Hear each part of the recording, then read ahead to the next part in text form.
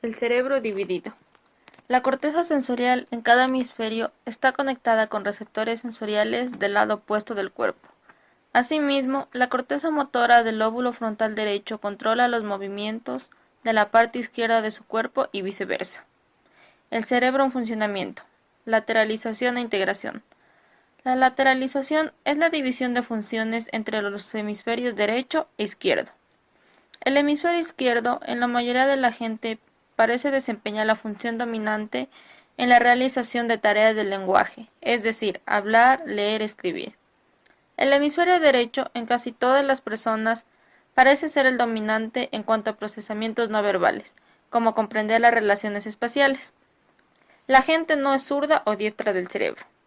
Las funciones de ambos hemisferios se complementan entre sí y los mensajes entre ellos atraviesan a gran velocidad el cuerpo calloso, es decir, el conjunto de fibras nerviosas que los conecta. El dominio del lenguaje está asociado con la lateralidad. El cirujano francés Paul Broca fue uno de los pioneros en el descubrimiento de las áreas del lenguaje en el cerebro. El cirujano concluyó que esa área del cerebro, ahora conocida como área de Broca en su honor, es esencial para la generación del lenguaje. El área de Broca es una de las dos áreas cerebrales vitales para el lenguaje. La otra, que se encuentra en el lóbulo temporal izquierdo, es el área de Wernicke. Esta zona es responsable de nuestra capacidad para comprender el lenguaje en su forma escrita o hablada. Las áreas de Wernicke y de Broca están conectadas por fibras nerviosas, de manera que existe una interacción continua entre comprender el lenguaje y ser capaces de elaborarlo o expresarlo.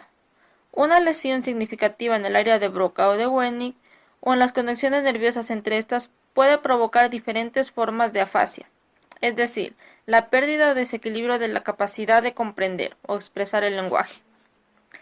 El daño cerebral. La lesión cerebral más frecuente es el traumatismo cráneoencefálico.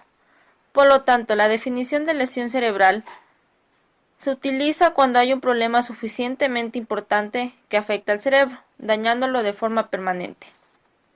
Trauma cerebral.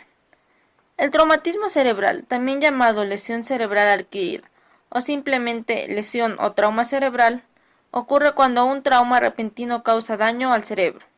El daño puede ser focal, limitado a una sola área del cerebro, o involucrar a más de una área del cerebro. La plasticidad cerebral. La plasticidad cerebral se refiere a la adaptación que experimenta el sistema nervioso ante cambios en su medio externo o interno. Además, puede reflejar la adaptación funcional del cerebro para minimizar los efectos de las lesiones estructurales y funcionales. El sistema endocrino, el otro sistema de comunicación del cuerpo. Este sistema también realiza tareas de comunicación, aunque es más lento que el sistema nervioso. Los mensajes que envía son transportados por los vasos sanguíneos, en lugar de una red de neuronas. Los mensajeros que utiliza son hormonas, las cuales son sustancias químicas que ayudan a regular los procesos corporales.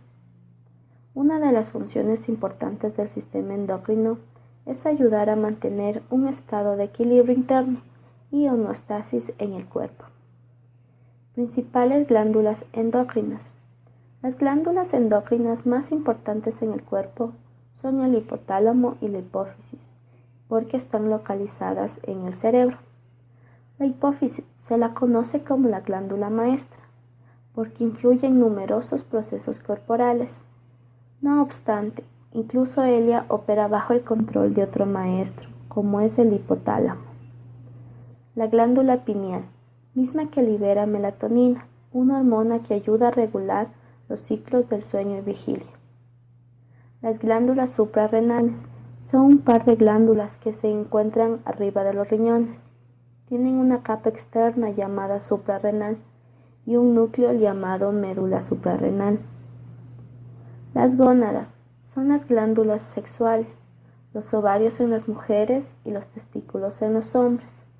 Las gónadas producen las células germinales óvulos en las mujeres y espermatozoides en los hombres. Created using Powtoon.